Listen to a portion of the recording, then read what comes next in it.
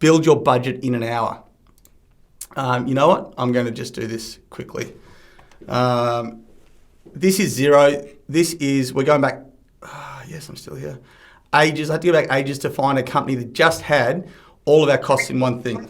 We ended up structuring our companies with a holding company, and then we had all these trading companies, literally called Trading 1, Trading 2, Trading 3. We had a labour hire company, which is where all the staff are employed. We had a supplier company, and then we had an assets company. We will cover that in these 12 weeks as to why we did that. You don't have to have it that complex, but what it meant was that these guys earned money, these guys had costs, and this person did nothing. So I had to go back far enough to find a company that had all of the things in one to make it easy. This is Xero. I have run a 12 months, so this is going back from June 2013, so for 1 month, 1st of June to 30th of June, previous month, compare with previous 11 months, right? It gives me the results from a whole year. So what I want you to do is find the results from an entire year. It doesn't matter if you've got them current up until the 30th of November, use that. Use a 12-month continuous period, right? Simply come in and export to Excel, and it will drop it down here. Then I will just create a duplicate tab of that. Profit and loss, Craig? Pardon? Is that your profit and loss? Sorry, yeah, that's profit and loss, P&L.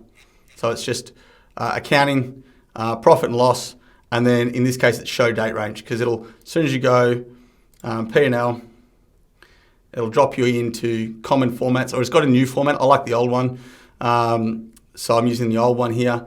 Yeah, and then you just whack in your dates. So it was 1st of the 6th, 13 to 30th of the 6th, that's 13. I'm going to compare put previous month, and then compare with the previous 11 periods.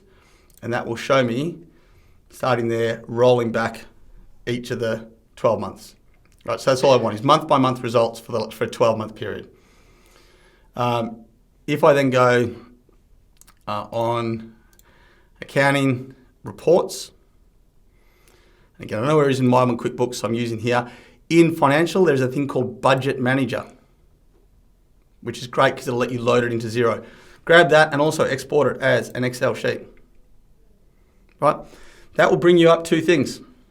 A Xero P&L, an Excel P&L, which is exactly what you've just seen, and a budget calculator with all of these blank dates, blank amounts in it, because there's no budget entered there. Ignore the first three and just hide them. Hey Craig, that's quite blurry on the screen. I'm not sure if that's the same for everybody else. Yeah, that's better when you zoom in. Cool. What I want you to do is literally just copy the dates from your budget manager through to total as titles at the top, and then we're going to go to your P&L. And I know it's going to be blurry for a sec, so what I'm going to do is just say, look, you've got all your dates and results here.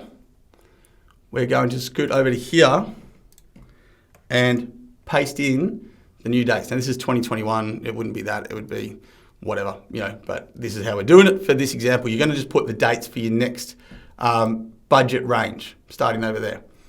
So here, and again, we added 3 or 4, so you've got to pick which. Let's just pretend this is our only company, right? Let's pretend this is the only company we're running. Let's do it for simplicity. Here is the carpentry labour income. Here's our materials income. Don't worry about work cover, because obviously we pay people if they're off on work cover, then we get reimbursed. Retention is a negative. What we're going to look at is, right, for the year, this company did, no, there's no total. It did different things month by month.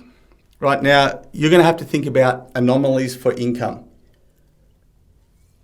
It's weird that we were doing 126, 130, 135, and then 47,000 in March. Usually, December, January are your quieter months, right? Because there's not as many people on site. So I'd expect January to be down. I'd expect December to be down. You can see, February and March weren't up as much as that. I'm just going to do a very quick sum total. So sum brackets, and then add all these up and see what total revenue was there for the year. 1.2 mil. So what I want is only these two. Let's say this year you're planning on growing by 35%. If you're going to do it in simple terms, I'd simply go that times 1.35. Divided by 12 because that's the annual amount. Right? We will then go, right, that's what we want to earn in an average month, every month. You should be, with N8, if you want to make it, I'm doing a quick Excel lesson, put a dollar sign and a dollar sign, and then drag it across.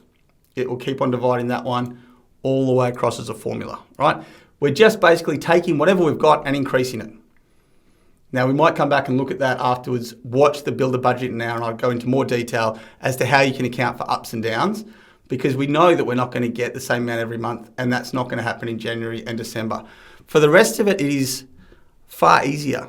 I'm going to skip our labour costs for a second and variable labour, and that leaves us with gross profit. And I'm going to just talk about this whole thing as a section for a second. Everything in here goes up and down when you do more work. If I do more work, if I do 10 projects, or if I do 10 million instead of 5 million, or for this company, if this company does 2.5 million instead of 1.5 million, 1.2 million, it doubles. I'm likely to have twice as much materials common. That's nails, glues, things we can't charge for. Repairs and maintenance on equipment is likely to go up. Tip fees is likely to go up. Project-specific materials, so ones that we've bought for that project and build them for. My co-invest, my subcontractors, my super, my wages for on-site staff are all going to go up because I need to hire more guys to do that extra work, right?